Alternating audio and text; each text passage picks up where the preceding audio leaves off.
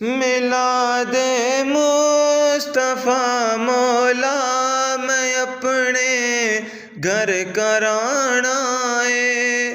हसन मौला दा दस्तरखान वेड़े विच सजाना है। खुआवा मैं जिथे लंगर, खुआवा मैं जिथे लंगर, कोई ऐसी विथा होवे मौला मेरा भी घर होवे, उते अलमा दी छां होवे।